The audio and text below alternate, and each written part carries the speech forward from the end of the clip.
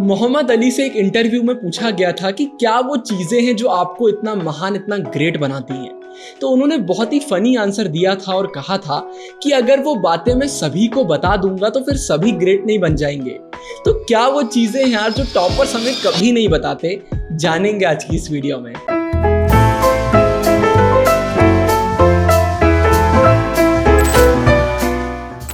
CUT aspirants, अब आपके exam को सिर्फ 2 से 3 हफ्ते बचे हुए हैं और इन हफ्तों में बहुत सारे अप्स भी आएंगे और बहुत सारे डाउन्स भी आएंगे। और मेरा ये मानना है कि इस समय 10 टिप्स जो आज की वीडियो में मैं आपको बताने वाला हूँ वो आपको जानना बहुत ज़रूरी है। ये टिप्स आपके टफ टाइम में आपको बहुत हेल्प करेंगी। तो सीधा चालू करते हैं टिप नंबर 1 के साथ। टिप नंबर 1 अगर आप फॉलो नहीं कर रहे हैं तो आगे जितनी भी इंपॉर्टेंट टिप्स मैं बताऊंगा वो कोई काम की नहीं है। और वो ये है कि इस समय आपको हेल्दी रहना है। इस समय आपको पूरी कोशिश करना है कि आप कुछ भी ऐसा ना करें जिससे आपकी तबीयत खराब हो। बाहर का खाना बंद कर दीजिए, गर्मी बहुत ज़्यादा है, खूब पानी पीजिए और घर में भी सिर्फ हेल्दी खाना खाइए। देखिए, आप अभी पढ़ाई कर रहे हैं लेकिन भगवान ना करे बीच में अगर आप कुछ गलत काम कर लेते हैं, बाहर खा लेते हैं या फिर अनहेल्दी लाइफस्टाइल चालू कर देते हैं और फिर बीमार पड़ जाते हैं तो पूरा प्रिपरेशन आपका वहीं रुक जाएगा। जितनी भी आपने मेहनत करी है वो कोई भी काम की नहीं बचेगी। हेल्थ से ज़्यादा कुछ भी इम्पोर्टेंट नहीं है। मैंने एक बहुत अच्छा कोट पढ़ा था कि जब इंसान हेल्दी रहता है तो वो 100 सपने देखता है, लेकिन जब वो अनफिट रहता है, अनहेल्दी रहता है तो सिर्फ उसका एक सपना बचता है कि मैं वापस पहले जैसा हेल्दी हो जाऊं। तो पूरी कोशिश करिए कि अपने आप को फिट रखिए। फिर इसके बाद सेकंड नंबर पर, जब हम स्कूल जाते हैं, जाते थे, आउच चुभाना, स्कूल लाइफ कब खत्म हो गई पता ही नहीं चला। तो जब हम स्कूल जाते थे तो आप खुद सोचिए, हम सुबह 6 बजे उठते थे, 2 से 3 बजे घर आते थे। मतलब 6 से 8 घंटे का जो हमारा समय है वो पूरा स्कूल में जाता था और स्कूल में सिर्फ और सिर्फ हम पढ़ाई करते थे। लेकिन अब क्या हो गया है कि घर में हम पढ़ाई करने बैठते हैं तो 1 घंटे से ज़्यादा हम पढ़ ही नहीं पाते। इसके पीछे एक बहुत बड़ा रीज़न है माहौल। जब हम स्कूल जाते थे, टीचर्स आते थे, सारे बच्चे वहाँ पर पढ़ने आए हुए होते थे तो अपने आप एक माहौल बनता था पढ़ाई करने का। लेकिन अब हम CUT का प्रिपरेशन कर रहे हैं तो यहाँ पर वो माहौल नहीं बन पा रहा है, एक इन्वायरमेंट सही से हम क्रिएट नहीं कर पा रहे हैं पढ़ाई करने का। इसलिए हम पढ़ने बैठते हैं और कुछ समय बाद हमारा मन खत्म हो जाता है। तो यहाँ पर मैं आपको बोलना चाहूँगा कि आपको ना अपने माइंड को स्ट्रॉन्ग करना पड़ेगा। और स्ट्रॉन्ग करने का एक बहुत अच्छा सल्यूशन ये है कि रात में जब आप सोने जाते हैं ना तो कुछ अच्छा देखकर सोइए, CUT रिलेटेड। मतलब आप हमारे चैनल के CUT इंटरव्यूज़ देख सकते हैं, CUT रिलेटेड कोई वीडियो देख सकते हैं, मोटिवेशनल वीडियो देख सकते हैं। मतलब रात में ना जब आप सोएं तो एक पॉजिटिव एनर्जी के साथ सोएं आप। मतलब आपके माइंड में ऐसे थॉट्स आना चाहिए कि कल मुझे ये करना है, ये करना है, वो करना है। ये करने से ये होगा कि जब अगले दिन आप सुबह उठेंगे ना तो पूरे जोश के साथ आप उठेंगे। और सुबह उठकर भी कोई पॉजिटिव चीज़ ज़रूर से देखिए और फिर पढ़ने बैठ जाइए। ये चीज़ें हमें समझ में नहीं आता है लेकिन एक इन्वायरमेंट क्रिएट कर देती है। इसके बाद पढ़ाई में मन लगता है और ये बीच बीच में डिस्ट्रैक्शन वगैरह नहीं आते हैं। तो एक माहौल क्रिएट करना बहुत ज़रूरी है। फिर इसके बाद मैं आपको एक क्वेश्चन के साथ छोड़ना चाहूँगा। आप मुझे बताइए, क्या बेटर है कि आपने एक पूरी बुक पढ़ ली लेकिन आपको सिर्फ उसका 5% याद है, या फिर आपने बुक का 20% बहुत अच्छे से याद कर लिया? आंसर आपको खुद भी पता है। बहुत सारे बच्चे क्या गलती करते हैं, सिर्फ पढ़ते जाते हैं। मतलब इंग्लिश के लिए क्या कर रहे हैं, वोकैबुलरी के दिन में 100 वर्ड्स देख लेते हैं, भले ही उसमें से एक भी याद ना हो। डोमेन्स में पढ़ते जाते हैं, भले ही दिमाग में कुछ भी ना घुस रहा हो और उन्हें ऐसा लगता है कि वो बहुत कुछ कर रहे हैं। हमारे माइंड को जब भी ये चीज़ें करते हैं ना तो बहुत अच्छा लगता है कि यार मैंने तो आज पूरी बुक निपटा ली, मैंने तो 10 वीडियोस देख ली। लेकिन रियलिटी आपको पता होना चाहिए कि इतना सब आपने पढ़ा है उसमें से कितना आपको याद भी हुआ और कितना नहीं हुआ। तो देखिए, 100 पेज पढ़ के सिर्फ 2 पेज याद रखने से अच्छा है कि सिर्फ 5 पेज हम अच्छे से पढ़ लें। आपको खुद समझ में आ गया होगा मैं क्या बोलना चाह रहा हूँ। कम पढ़िए लेकिन दम पढ़िए। फिर इसके बाद एक बहुत ही शानदार कोट है कि दुनिया में अगर सबसे करेजियस काम कोई आप कर सकते हैं तो वो है हेल्प मांगना। हेल्प मांगने में आपको कभी भी नहीं शर्माना चाहिए। कुछ भी अगर आप पढ़ रहे हैं, आपको ऐसा लगता है कि आपको समझ में नहीं आ रहा है, आप कमेंट कर दीजिए, अपने टीचरों से पूछ लीजिए, अपने दोस्तों से पूछ लीजिए। कभी भी ये मत सोचिए कि किसी से पूछने में आप छोटे हो जाएंगे या फिर आपको शर्म आ रही है कि यार ये तो बहुत सिली क्वेश्चन है, बहुत ही सिली डाउट है, मुझे नहीं पूछना चाहिए। आप मुझे बता दीजिए आपने कोई भी क्वेश्चन कमेंट सेक्शन में पूछा हो और मैंने उसे आंसर ना करा हो, अगर मैंने आपका कमेंट पढ़ा है तो। कोई भी क्वेश्चन सिली नहीं होता, कोई भी चीज़ बेकार नहीं होती। इनफैक्ट जो लोग क्वेश्चन पूछते हैं, मेरी नज़र में तो उनकी इज्जत बहुत ज़्यादा होती है। कभी भी आपको चीज़ों को टालना नहीं चाहिए ये सोचकर कि पूछने में आप छोटे हो जाएंगे या आपको पूछने में शर्म आ रही है। कोई भी चीज़ अगर आप पढ़ रहे हैं, वो चीज़ आपसे नहीं बन रही, तो बिंदास आप हेल्प लीजिए, क्वेश्चन पूछिए। हमसे पूछिए, दोस्तों से पूछिए, टीचर से पूछिए, अपने पेरेंट्स से पूछिए, किसी से भी पूछिए, लेकिन उसे उसी समय खत्म करिए, बात के लिए मत छोड़िए। इसके बाद फिर जो मैं पॉइंट बोल रहा हूँ उसे थोड़ा बारीकी से समझने का ट्राई करिएगा। देखिए, ब्रेक्स लेना बहुत अच्छी चीज़ है। हम पढ़ाई कर रहे हैं तो पूरे समय थोड़ी पढ़ते रहेंगे, रेस्ट भी लेंगे, थोड़ा सा एंजॉय भी करेंगे। लेकिन ना, एंजॉय करने के दो तरीके होते हैं। एक तरीका होता है जहाँ पर आपने एंजॉय करा और उसके बाद बस वो चीज़ खत्म हो जाती है। एग्जाम्पल के लिए आपने डांस कर लिया, कोई गाना गुनगुना लिया, वॉक पे चले गए, अपने मम्मी पापा से आपने बात कर ली। ये चीज़ें ऐसी हैं कि आपने करा, आपका मूड सही हुआ, अब वापस आप पढ़ने बैठ गए। लेकिन दूसरी तरफ कुछ चीज़ें ऐसी होती हैं जहाँ पर आप एंजॉय तो करते हैं, लेकिन वो चीज़ें इतनी आसानी से आपका पीछा नहीं छोड़ती। एग्जाम्पल के लिए अगर आपने कोई मूवी देख ली तो वो मूवी खत्म हो जाएगी, लेकिन उस मूवी के थॉट्स खत्म नहीं होंगे। अगर आपने अपने दोस्त के साथ किसी और टॉपिक पर बहुत बात कर ली तो बात तो खत्म हो जाएगी, लेकिन वो टॉपिक आपके दिमाग में घूमता रहेगा। आप इंस्टाग्राम में रील्स देख रहे हैं या फिर शॉर्ट्स वीडियो देख रहे हैं, वो वीडियोस कोई काम की नहीं है, लेकिन वो आपके दिमाग में घूमने लग जाएंगी। फिर आप पढ़ने तो बैठ जाएंगे, लेकिन आपका आधा फोकस कहाँ पर होगा? उन चीज़ों में। तो एंजॉय करना बहुत ज़रूरी है, लेकिन उन चीज़ों में एंजॉय करिए जो एंजॉय करने के बाद खत्म हो जाए। अब इससे पहले हम वीडियो में आगे बढ़ें, दो बहुत इंपॉर्टेंट बातें मुझे आपको बताना है। सबसे पहली, ओसवाल गुरुकुल ने लॉन्च कर दिए हैं बहुत शानदार क्वेश्चन बैंक सीयूटी प्रिपरेशन के लिए। बहुत सारे बच्चे कमेंट कर रहे थे, भैया हमें सेपरेट बुक्स बता दीजिए, हमें कंबाइंड बुक परचेस नहीं करना है। तो ओसवाल गुरुकुल की हर एक सब्जेक्ट की सेपरेट बुक आपको देखने को मिल जाएगी, लिंक आपको डिस्क्रिप्शन में मिल जाएगा। आप चाहें तो मार्केट से भी परचेस कर सकते हैं। बहुत ही शानदार ये बुक्स हैं, बहुत ही प्यारे क्वेश्चन इसमें आपको देखने को मिल जाएंगे। अगर इस बुक से आप अपना प्रिपरेशन करेंगे तो बहुत बूस्ट आपको देखने को मिलेगा अपने प्रिपरेशन में। और फिर इसके बाद मैं आपको बताना चाहूंगा oswal.io के बारे में। लिंक आपको डिस्क्रिप्शन में मिल जाएगा। ओसवाल की ये वेबसाइट है, यहाँ पर आपको सीयूटी के मॉक टेस्ट देखने को मिल जाएंगे।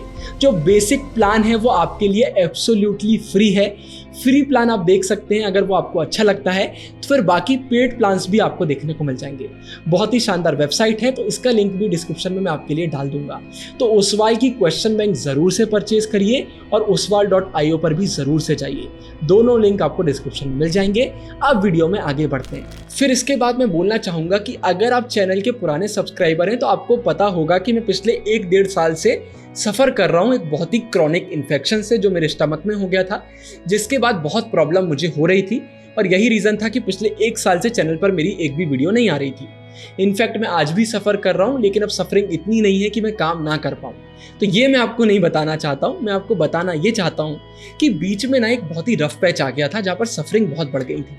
वहाँ पर मैंने बहुत सारे लोगों से कंसल्ट करा, तो सबने मुझे ये बताया कि सफरिंग तो चलती रहेगी, साथ में कुछ तुम्हें काम ऐसे करने पड़ेंगे जिससे तुम्हारा माइंड स्टेबल रहे। तो यहाँ पर लोगों ने मुझे माइंडफुलनेस के बारे में बताया था। यूट्यूब पर आपको माइंडफुलनेस की बहुत सारी वीडियोस देखने को मिल जाएंगी। मैंने इसे फॉलो करा और मेरी लाइफ में ट्रस्ट मी एक इम्पैक्ट आया। नेगेटिविटी अपने आप कम हो गई, ओवर थिंकिंग खत्म हो गई, और जो बार बार ये हेल्थ रिलेटेड मुझे प्रॉब्लम्स होती थी उनमें भी थोड़ा सा आराम मुझे देखने को मिला। तो मैं सिंपल सा काम क्या करता था, मैं आपको बता देता हूँ। माइंडफुलनेस के बहुत तरीके होते हैं, आप यूट्यूब पे सर्च कर लेना। मैं क्या करता था, सुबह उठकर आंख बंद करके 20 से 30 मिनट बैठ जाता था और सिर्फ ऑब्जर्व करता था कि मेरे माइंड में क्या चल रहा है, बॉडी में क्या सेंसेशंस चल रही हैं। बस ऑब्जर्व करता था, ना उन्हें जज करता था, ना उनके बारे में ज़्यादा सोचता था। थॉट्स आते थे, थॉट्स जाते थे, बॉडी में कोई भी सेंसेशन होती थी और वो जाती थी।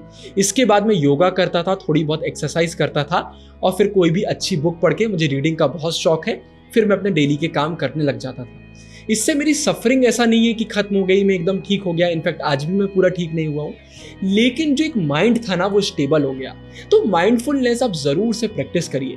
हम क्या होता है, इतनी पढ़ाई कर रहे हैं, इतनी तरीके की चीज़ें हमारे दिमाग में चल रही होती हैं और हम बिल्कुल भी अवेयर नहीं होते हैं कि हमारे दिमाग में क्या चल रहा है। फिर वो चीज़ें बढ़ती चली जाती हैं और बाद में फिर वो इमोशंस का रूप ले लेती हैं और इमोशंस फिर हमारे बढ़ जाते हैं। लेकिन अगर हम थोड़ा सा अवेयर हो जाते हैं, हम जान लेते हैं कि हमारे माइंड में क्या चल रहा है, बॉडी में क्या चल रहा है, तो अपने आप हम बेटर फील करते हैं। फिर इसके बाद मैं आपको बोलना चाहूँगा कि रिसेंटली मैंने एक बहुत अच्छी चीज़ सीखी और वही मैं आपके साथ शेयर करना चाहूँगा। जब कभी भी हम अपने पीक इमोशन में होते हैं ना, तो वो इमोशन हमें कुछ सिखाना चाहता है लेकिन हम सीखते नहीं हैं। इन शॉर्ट अगर मैं बोलूँ तो अगर आप कभी बहुत हैप्पी हैं या कभी बहुत सैड हैं, तो उस समय हम क्या करते हैं? अगर हैप्पी हैं तो हम नाचेंगे, गाएंगे, पार्टी करेंगे, सब करेंगे। उदास है तो हम रो लेंगे या फिर उदास बैठ जाएंगे, किसी से बात कर लेंगे। लेकिन कभी भी 2 मिनट बैठकर हम ये नहीं सोचते कि अगर हम हैप्पी फील कर रहे हैं तो क्यों कर रहे हैं, या फिर अगर बहुत सैड फील कर रहे हैं तो क्यों कर रहे हैं। कई बार हम ये बोल देते हैं कि रीज़न हमको नहीं मालूम, मुझे नहीं मालूम मैं उदास क्यों हूँ, लेकिन ये सच नहीं है। हर चीज़ के पीछे कोई ना कोई रीज़न या कुछ ज़्यादा रीज़न्स होते हैं। तो कभी भी अगर आप पीक इमोशन में, जैसे आपको आज बहुत अच्छा लग रहा है, तो सोचिए कि आपको आज अच्छा क्यों लग रहा है। हो सकता है सुबह आप जल्दी उठ गए थे, आपने अपना रूटीन फॉलो करा, पढ़ाई अच्छे से करी, इसलिए आपको अच्छा लग रहा है। तो यहाँ पर आपको एक लेसन मिल गया कि जिस दिन भी आप रूटीन फॉलो करेंगे उस दिन आप अच्छा फील करेंगे। या फिर किसी दिन आप बहुत बुरा फील कर रहे हैं और आपने नोटिस करा कि आप इंस्टाग्राम स्क्रॉल कर रहे थे, वहाँ पर कुछ ऐसे रील आ गए जिन्हें देखकर आपको थोड़ी जेलेसी हुई, या फिर आपको ऐसा लगा कि यार लोग बहुत अच्छा कर रहे हैं अपनी लाइफ में, मैं नहीं कर रहा हूँ, और उसके बाद आप सैड फील करने लग गए। तो यहाँ पर आपको समझ में आ गया कि इस चीज़ पर भी वर्क करना है, और अभी का इमीडिएट सोल्यूशन क्या है कि ऐसी चीज़ें देखना बंद कर देना है। वो चीज़ें जो मुझे सैड फील कराती हैं वो देखना बंद कर देना है, क्योंकि एग्ज़ाम बहुत पास आ गए हैं। तो अभी हम ये सोल्यूशन अपनाएंगे और लॉन्ग टर्म में हम इस चीज़ से भी डील करेंगे। तो जब आप अपने पीक इमोशंस को ऑब्जर्व करते हैं तो आपको बहुत अच्छे से मालूम चल जाता है लाइफ में कौन सी ऐसी चीज़ें हैं जो आपको अच्छा फील कराती हैं, तो वो आप ज़्यादा करने लग जाते हैं, और कौन सी ऐसी चीज़ें हैं जो आपको सैड फील कराती हैं या आपको एंजाइटी देती हैं, और वो चीज़ें फिर आप कम करने लग जाते हैं। फिर इसके बाद हमेशा याद रखिए, वो चीज़ें हमें सबसे ज़्यादा रिग्रेट देती हैं जो चीज़ें हमारे हाथ में थी लेकिन फिर भी हमने उन्हें गंवा दिया, अपना बेस्ट नहीं दिया। देखिए, आपके पेपर में क्या क्वेश्चन आएगा वो आपके हाथ में नहीं है। पेपर आपका कैसा जाएगा अभी आपको नहीं पता, लेकिन अभी आपके हाथ में क्या है? सिलेबस कंप्लीट करना, मेहनत करना, अपना बेस्ट देना, ये चीज़ें अभी आपके हाथ में है। अगर आप अभी आलसी करेंगे, अपना बेस्ट नहीं देंगे, आप ये सोचेंगे यार मेरे बस की नहीं है, चीज़ों को टालते जाएंगे, तो बाद में फिर रिग्रेट होना तो तय बात है।